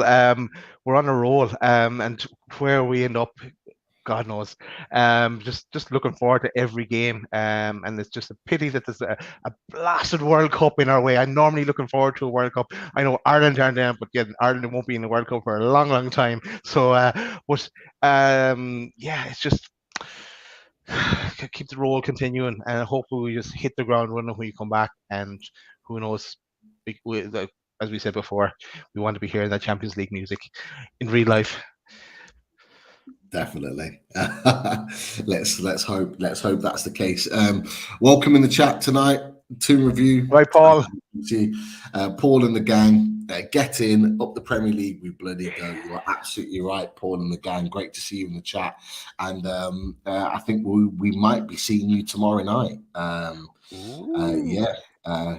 So more details will be coming out about that, I'm sure, tomorrow morning. But yeah, the collab is up and running again. So yeah, obviously Paul wasn't well last week, so I hope you feeling better, Paul, and looking forward to the boys catching up with you guys, talking all things NUFC and celebrating another win. So fantastic stuff. Thank you for joining us. Daz, some more questions here, some really interesting ones as well, that I want to get your thoughts on. Let me sieve through. So I'll go back. So this is the advantage of having 3 people on the show. Yeah. No other questions, I'm trying to not go over the same stuff, but I mean, Graham mentioned this, and I put it on earlier. But if Howe ever left, who is your go-to in your mind? Obviously, there's no one else other than Howe right now, of course. Yeah. But who's your go-to? I don't want to think about that. I really don't want to think about it because I watching the high performance thing. I was there thinking, I don't think he's going to be going, or we're definitely not going to be getting rid of him. But I was thinking, I hope nothing happens to him because he's putting in such effort into the job. It doesn't wear himself out. So I don't want anyone else. And I agree with that. And let's stick with that. So let's go to Chris Dawson's question in. What must Steve Bruce be thinking right now? Steve Bruce to just retire, because he's whatever he may have had in the past, he's making a mess of it wherever he goes. If he rocks up, if some other club is stupid enough to take him on, they haven't, have they? I hope they haven't. Like, he wouldn't even, if he logged into Football Manager, they'd tell him to get out. They wouldn't give him a job, at this stage. It's just no. Retire, Steve Bruce. You've made enough money. Go watch the cricket. Yeah, definitely. I 100% agree with that. He must be absolutely embarrassed because he's showing himself up massively with awful performances as manager, and tried to justify it and got the media to back him up. And then Eddie Howe's come in and turned all these players around and doing exactly what we absolutely love about him. He's really shown himself to be an absolute clown that he is. Chris Dawson also says, with Isaac to come back and the prospect of the owners digging deep in their pockets in January, the future is bright. You're absolutely right with that. And there's another question from Stu Flyboy. Great to have you in the chat, Stu. The January window will now becomes really interesting for NUFC. With the correct additions, the sky's the limit. And you know, there were a couple of other questions in there. Life Goals puts in there, you know, it was a battle in the trenches tonight. It absolutely was. Can we add 2 top players in January and really push for the top 4? So based on Stu's question and Life Goals questions, what do you think? Do you think we will put our money or will we go deep into our pockets in January? And if we were to add maybe a couple of players, you know, what are your thoughts maybe on positions right now, not necessarily players? Well, as Darren Earl said in the interview you gave there not so long ago, the question was put to him: if we are in that kind of top 4 position, are they kind of going to go for it? And it looks like they would go for it. What positions? We had this kind of a question before. I'd like. I don't know now. I'm gonna wait. I'm gonna wait and watch our transfer show and thinking about it more. I know I said talked about the defensive midfielder. I talked about a young, hungry striker, the pacey striker to come in. I talked about maybe they look at it, and again, this mightn't be for January. That I kind of maybe another left back option in time. And yeah, there's a number of different. Could we up the positions that they'll look at. But let's wait till Tuesday and talk about that. And I'll start building a collection in my head now. We talked about Mudryk as well. We've talked about a few people in that picture. And I said this in the past. Who I wanted to see was the Andre Santos from Vasco da Gama. I'd just like to see him come in. And I'd like to see them bringing in young players as well, thinking of further, not just this season, not just next season, but further down the line again. So in January, I'd like to see them do that. Yeah, no, I think that's more than fair. Some answers to some of the questions we've put already. Seb, welcome Seb to the chat. Great to have you in. If Howe left, we should go for Zidane. Interesting choice. Getting Zidane in there. Interesting one. He's a interesting, high manager. But as a player, he was unreal, obviously. But he's just doing it at Real, isn't he? He's just been at Real. Has he been anywhere else? No. I don't know. It's an interesting one. Yeah, it is an interesting one. We look, and again, I don't want to be thinking about it, but I want to see who would be available. Well, everyone would be available to us at that stage. So the sky is the limit. With the best of the best, whoever that is at the time. Definitely. David R said your comment, your quote there, Steve Bruce will just retire. Brilliant from Daz. Brucey will keep applying for jobs. He's linked with Rangers apparently. Can you imagine? Well, that's all right. I don't mind that. Probably his standard, to be fair, over there. Senk's gone for Madison and Musa Diaby in January. That would be 2 amazing signings there. But an interesting one from David R. We'll come back to David R. Daz. Are there any genuine concerns that one day, maybe over the next few years, Jason Mad Dog Tyndall will want to get back into management himself? That would be a major concern for me moving forward. What do you think about that? Very interesting. It is an interesting question. I would hope not. I would. There's just a great bond there now already. And look at it'd be interesting as well, and it links into what people are saying about the potential managers that could replace Howe in the future. Is like Eddie Howe is this is the first time he's really been in the highs that he is in the Premier League. Keeping Bournemouth in the Premier League for so long was an achievement in itself. But now he's been tested. He'll need to try and keep us up there in the European positions, maybe not in third, but and then he'll need to go into Europe. He's never been in Europe before as managing and playing 2 games a week and managing a squad and a big squad of big players. It's going to be testing him the whole time. It's something that he hasn't had to deal with so far. I think he can do it. But yeah, that question, Jason Tindall, I would hope that he'd want to be on the journey as well, and he's in a great position. He can make a name for himself. That statue could be Eddie Howe and Jason Tindall. It doesn't have to be just Eddie Howe.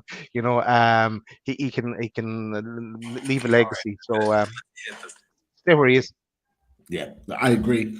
I think although some people like to be the manager of their own team and have their own team and build and develop themselves, there will be an element of Jason that actually, you've got a chance of, like you said, winning a trophy, playing Champions League, or being in charge, or being a coach of a team that's playing Champions League football. The stadiums, the atmospheres, the games that you get to be a part of, albeit an assistant manager, is still something that I think everyone wants to go and experience before they kind of go into their own role. And I think he'll want to be on the journey. I absolutely agree with you, Daz. I really do think that that'll be the case. That's kind of just my thoughts. I just want to put a question in here. Christian, all the way from Bermuda. Wow, a new place in the world that we've not had someone in the chat from before. But welcome, Christian. Click that subscribe button. Come and join us on a regular. I believe Bruno was just not exerting too much with the World Cup so close. Interesting. I think a few people said it wasn't quite at his best. Do you think that maybe is a reason for why we didn't see the ultimate outstanding best of Bruno? Do you think that could be the reason, as Christian said? I could see the logic of that, but I didn't think it whatsoever. And I thought Bruno did put in I gave him an 8.5. He put in a battling performance against Jorginho as well. It's a tough race tough team to play against as well. But no, I think Bruno gives it everything every game. I can't see him holding back. I didn't think when Wilson came on, and I know we had the question at the very start, and even in our chat, but when Wilson came on, he was given it as well. He wasn't just jogging around. He was sprinting around the place. He could have pulled up injured. He could have been his dream of a World Cup, because he's never going to World Cup again. Would have been over. So he gave it everything as well. And like with the likes of Sterling, didn't even he was injured or had illness as well. He didn't minding himself maybe for the World Cup. But so no, I don't think Bruno was holding back. I don't think so either. I think the way he put himself about showed that he was fully committed to the team, 100%. So I think it's a great point, interesting point, interesting observation, Christian. Great to have you on the channel. Hopefully we'll be able to see a little bit more of you and get your questions in. Plenty of shows to come. Interesting one from the Golden God. Chelsea's best player was Hall today, the young kid playing left wing back. I was impressed by him. What did you make of him, Paz? Yeah, I like young Avon. He put in a great display there today. The kid Hall. No, he did. He got that. He got ahead of. Okay, he wasn't ahead of Wood, but he got the clearance with the ball that came in from Willock. I think that Wood was too slow to get it. But he put in a great performance. I think the Trippier nutmeg him then, and then he got taken off. But he put in a great performance, and he's keeping Cucurella out of the team there today. Yeah, definitely. I think he's. To be fair, Lewis talked about Hall, and so did Nick. I think on away days they talked about Hall, but they didn't think he was going to play, but they were impressed with him against Man City. So the fact that he played and did well, it stands him in good stead. Jason, no, Christian didn't disappear. He didn't vanish. He's not in the Bermuda Triangle. He's in Bermuda, and he's come back with a good point. So he's still around. Don't worry about that one. Great to have Kendo in the chat. Not seen you for a while, Kendo. What a great weekend. You are absolutely right. It's not over yet. Not over yet. And Michael, I know you've got to go because your battery's about to run out. Yes, I'll make sure that I'm not as sober next time, so I can just say loads of random stuff. So yeah, we'll see. I hope, Pete, just the thing. It's not when I say the weekend isn't over yet. I'm hoping to be singing "Metro's on Fire" when Fulham play Man United tomorrow. I love it. Yeah, well, you know what I was thinking about that, because I saw a video from outside the stadium, and the song was being played. The music guys outside the St James's, they all play their all different songs, and get the atmosphere as the people are going out the stadium, and they were playing the NEWCHE song. And I was thinking, we need to change the NEWCHE because it's no longer at Newcastle. So, what do people think about having Isaac's on fire for when he's back fit and playing? I was thinking maybe Willock on fire. Willock couldn't work quite well. I think Willock deserves a song somewhere, but Isaac's on fire. He's more likely to score goals. He's the defense. He's going to terrify defenses. What do we think about Isaac's on fire as the new song moving forward? I just wanted to put that out there as a potential. But we'll see. We'll see. A few other just points. So David R says, we're no longer in the top 4 race. We're in a title race. Get that tattoo design ready, Daz. He's made that very clear and wanted to absolutely get that point out there. Someone else wanted me to dye my hair blonde or something as well. It's here. Life Goal says, Daz, would you dye your hair blonde, please, if England reached the last 16? Interesting question. Well, why would I do that? Anything connected to England getting closer to winning the World Cup? If Newcastle win the Premier League, yes, I would dye my hair blonde. And I used to have blonde streaks at one point in time in my life. There you go. Very interesting. Not giving. There's two questions here that I think we probably might save for some of the shows next week. I don't know what you think about this, Daz. So there's one from Lee that says, "Did you see the new Saudi's airlines on the advertising board during the match?" I think that's one. That's a good one, but maybe one to leave for next week because I think we'll probably be discussing that a little bit more. And another interesting one here from Review Everything that says, Daz, you're a numbers man. Can you explain this 70.4 million injection of cash into the club, please? I'm confused. Whether you want to answer that now, Daz, or not, we can say it for another show. It's completely up to you. How am I the numbers man? It's usually Richie goes into the detail. He'll do a day's research. I think it's the point 4, Daz. The point 4. No, I did read the articles that explain it on the day. I can't remember the now. I know it's not linked to transfers, but it's linked to the running of the club and all the different changes they're doing here, there, and everywhere. So need a bit of cash for that. And as people were saying, then they're going to have ways of getting the monies into the club, as in like getting around financial fair play when they do need to as well. So look, we're everything's going in the right direction. We've got the right people doing their jobs now. We've got players that are brought in to train, doing their jobs. And look at it, it's all working out for us. So don't worry about it. Don't sweat the small stuff. It'll take care of itself. I agree. 100% agree. Great answer, great response as always. Couple of just other points before we go into the last few questions. Drew, welcome Drew to the channel and the chat tonight. We ain't winning the title, but for top 4 is becoming a real possibility. 100% agree with that. As that is perfectly timed with the old Premier League table. Just to remind us, we've got a clean slate of ticks, only 1 loss, only 11 goals conceded, and we are looking very, very strong right now. Already 8 wins this season, which is absolutely fantastic. Life Goals comes with a question to me. Best looking NUFC pundit. I'm not a pundit. I'm just a member of the channel.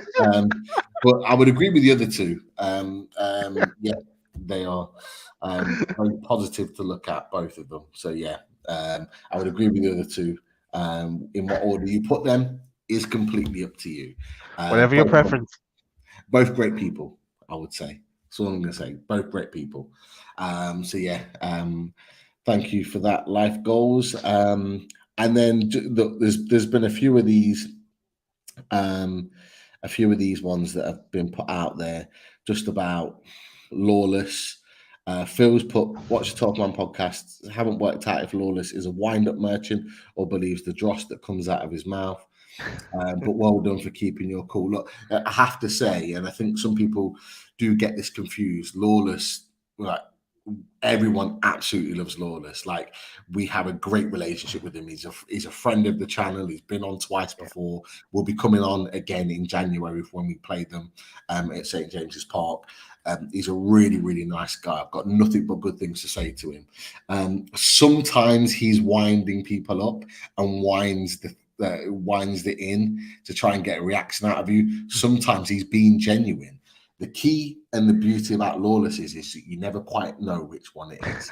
He never really gives it away, whether he's actually just there to wind you up or whether he actually genuinely believes it. And this is the beauty and the interest that Lawless brings across. So I don't want people kind of like just hammering him or being disrespectful to him. Hammer him because his team are crap. Have a laugh, I have a laugh with him, and he'll have a laugh back. He kind of enjoys the banter because he'll be making notes of all of these in response to how he can get anything over us. If they beat us or get a draw against us at any point in the season, he'll use all of your ammunition to try and hammer us back. So he'll always remember all this. He's that type of guy. But yeah, no disrespect, no nastiness. Not that anyone in the Newcastle fan base or Loaded have done. We've all been really respectful and quite nice about it all in a jokey way. But he's a genuinely really, really nice guy. This is why he's always on the shows, because people love him. And then just on top of that, so Peter, I can see Lawless getting his Newcastle top back out. He definitely is. There is no doubt about it. He'll have his Newcastle top back out before. And yes, he does want Moyes out. I've seen him in the chat tonight. He definitely wants Moyes out. And there was a question on whether I'll be on with Lawless next week. I will be representing Loaded Mag NUFC on the 12th man again, so check it out. Won't clash with any of our shows, so we'll be on. Come and check us out from that point of view. Interesting one, Daz, and there were some issues in the Everton game with away fans. I was there with my daughter after the game. There was a few bits that kicked off, but Kendo's put, what are your thoughts on the fans outside? I saw nothing but fans having a good sing, but I wasn't there. Now, the reason why I say this is because I don't know if anyone knows if anything did kick off after the game today. However, before the game, there's a pub right next to the Greggs near the town centre that got taken over by Chelsea fans. And I think there was a few disrespectful comments to little kids. So some of the Chelsea fans were sticking fingers up to like literally 10-year-olds that were walking by and shouting, things that were not quite nice to these young kids walking by that were just going to the game. I don't know if you heard anything similar, Daz, or anyone else in the chat, but I'd heard that had happened during the game. And because Chelsea lost, I don't know if anything kicked off afterwards. If anyone knows anything, but I don't know if you've seen anything on social media or anything, Daz.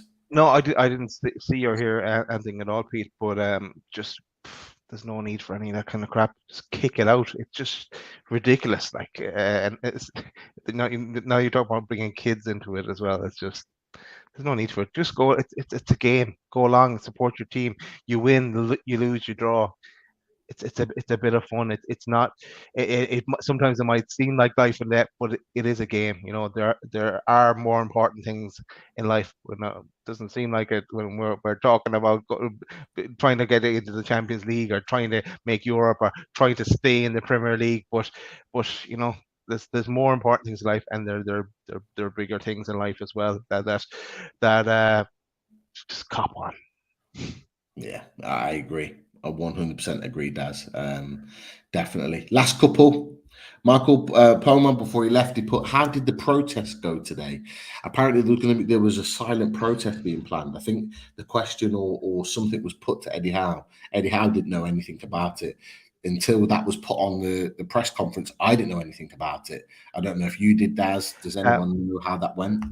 I heard about it about a week beforehand, and I know my Liverpool friends sent me the information on, and I said that is just fake news as well. But no, I don't know if anything happened, but yeah, you go. But in fairness, people have the right to protest as well if that's what they want to do. But as long as it's done in a peaceful manner, do whatever you want to do. But yeah, it's not going to change any of our opinions of what our thoughts on of about football and what we want from our club.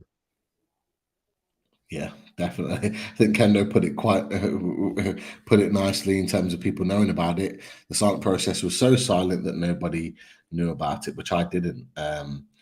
Yeah, and PDK's put Tyneside Life was in the middle of it. Pete, watch his vid. I haven't watched this vid yet, but Okay, can I stop you there then, Pete? Because go for it. since you've mentioned Tyneside Life and Eddie there from Tyneside Life, I'm going to mention, because I'll forget it later on, is that Eddie is running. Sorry, running is not the right word. Let me get the information. I have it here somewhere. There is a walking football game taking place Yeah. on Monday, I believe, Monday evening, and it's relation to the People's Kitchen and donations to that cause, and it's possible to donate.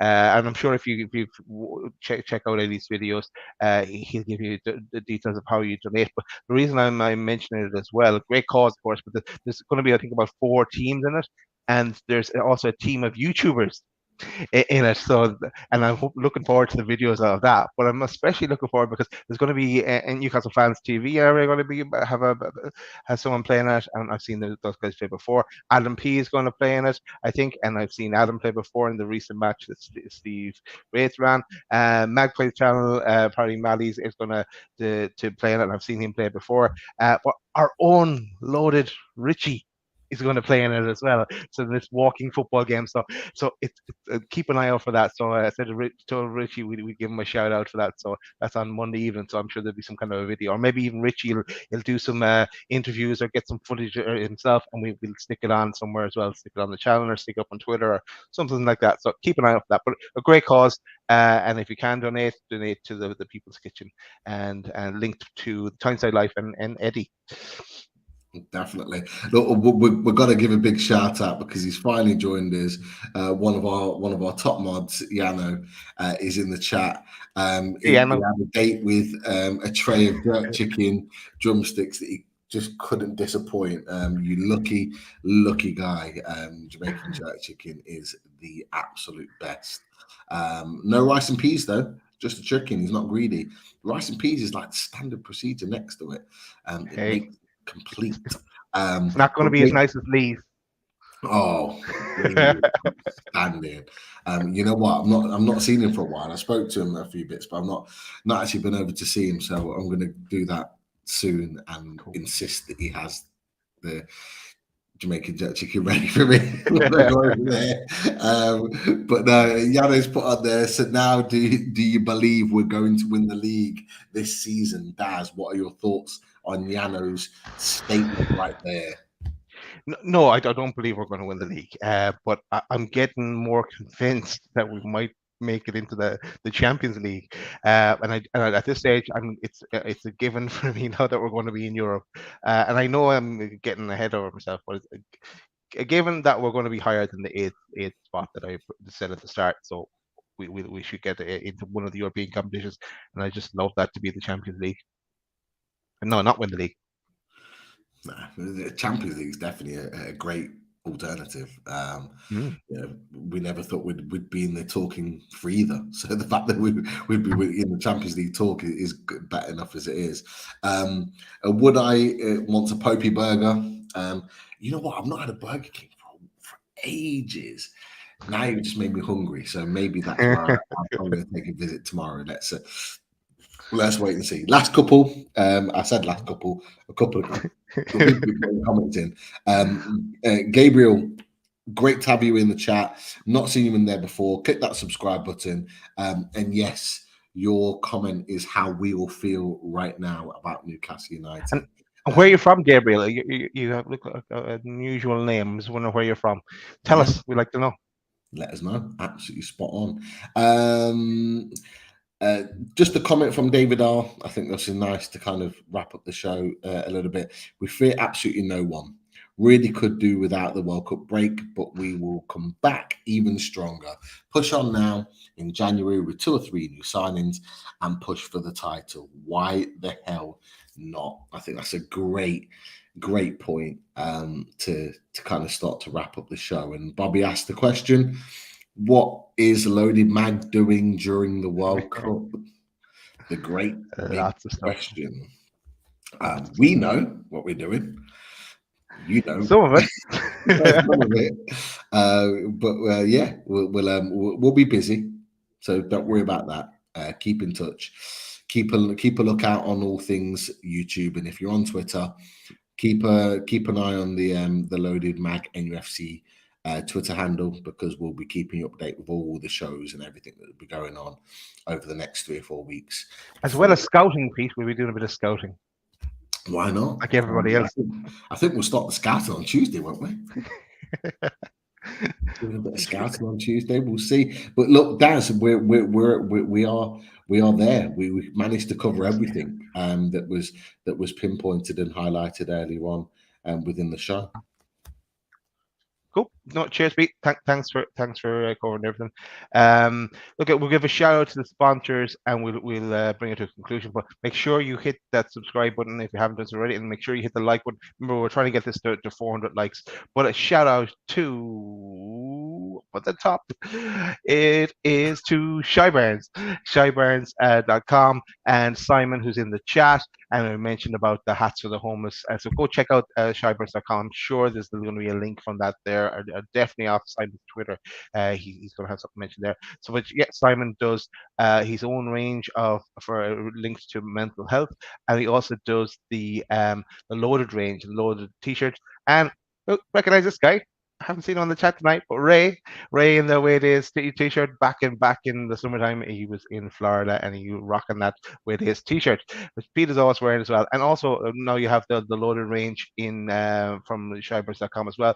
The hoodies, the hats in various different colors, and different types of hats as well. So go check that out if you would like. Nice little Christmas presents. Ordered mine already. Right, Pins and Prints. Shout out to Pins and Prints and the range the Pins and Prints do. I saw them tweeting and I retweeted one of the tweets the Pins and Prints had, and I'm sure there are going to be more new posters coming from Pins and Prints. Shout out to Machine House as well. Machine House and the range that Marty does there. We have to get Marty on the show at some stage as well. Yeah, we've been talking about that for a while. But yeah, I'm sure he's bringing out new range as well. But yeah, you know already what's available. Quality stuff. And we're going to hopefully meet him when we're over in April as well. So yeah, also shout out to the Geordie Royce and Dean and the range that Dean has, another the black and white t-shirts and Oogie models in there from our chat. You'll probably watch this back in the morning. But then a shout out as well to Rust. We've the Radiator Shed, and we've got no one to stick in jail tonight, so we go in jail, Pete. But yeah, you know at this stage what Rust does. Quality radiators at affordable prices. Actually, that reminds me, you can now get the discount as well. So I'm gonna you can use, if you use the loaded 5 in when you're checking out, it's now activated, so you can get 5% off the prices, and they're actually already discounted by 25%. Russ tells me so, but you get your 5% off your entire basket. That'll be a decent discount if you had to buy a few radiators, or check out the website, theradiatorshed.com, and he's what's available there. So when we do get Russ on, we get him to explain that. Here is some of the radiators on offer that you check out at your own leisure. But also the install works. So if you need to get things installed, check out the install works, which you'll find a link from the Radiator Shed, and but the install works is a new company that Russ has started up as well. So check it out. We'll get Russ on, explain it all better than I will ever explain it. So yeah, get him on to do that. But that is it for the these sponsors. Just a reminder again, hit that subscribe button, hit the like button. We are back on thanks for watching. like and comment. Yeah, we're back tomorrow now. It seems on the Tune Review. We talked about it. That's great. That's confirmed. Back with Paul on the Tune Review tomorrow. So not unloaded. So check that out. And then we're back on Monday with Roberto Rojas, as I mentioned. And then we're back on Tuesday with Sean Casey. So what are we doing for the World Cup? We're busy. We're making our way to 5K. That's what we're doing. We're going to get to 5K during that World Cup. And as Pete said, plenty of great shows to come. But for now, Pete, that's it. We're sitting pretty third in the league, in the 30-point club, with all loads of green ticks. We are happy out. Long may it continue into the next part of the season. 40% of the season done now at this stage for us. EIEIO, up the Premier League we go. As long as we can try and maintain where we are, I'll be happy with that. If we could maintain this, I'll tell you what, we are in for one hell of a ride, Daz. And it's been a fantastic show tonight. Brilliant. All our reviews this season have been amazing, but they just seem to be getting better and better. And if we continue this form, these reviews are going to be off the charts. There's no doubt about it. So, yeah, absolutely buzzing, mate. And look, let's kind of toast to a fantastic start to the season. 15 games in, third in the table, 30 points on board. I don't think any Newcastle fan would have been expecting this, but look, just enjoy the ride, because this is going to be one hell of a ride. You've got no doubt about it. I started with singing at the start of the show, so now I feel like she should sing us out. So maybe I'll dedicate this one to Boogeyman, who thought we were going to be relegated in the last season. He called us getting relegated in November and wanted us to buy in the transfer market. So I'm going to say, Boogeyman, don't blame it on sunshine, don't blame it on moonlight, don't blame it on good times, blame it on the boogie. See you later, lads. Have a good one. How'd you like that? How you like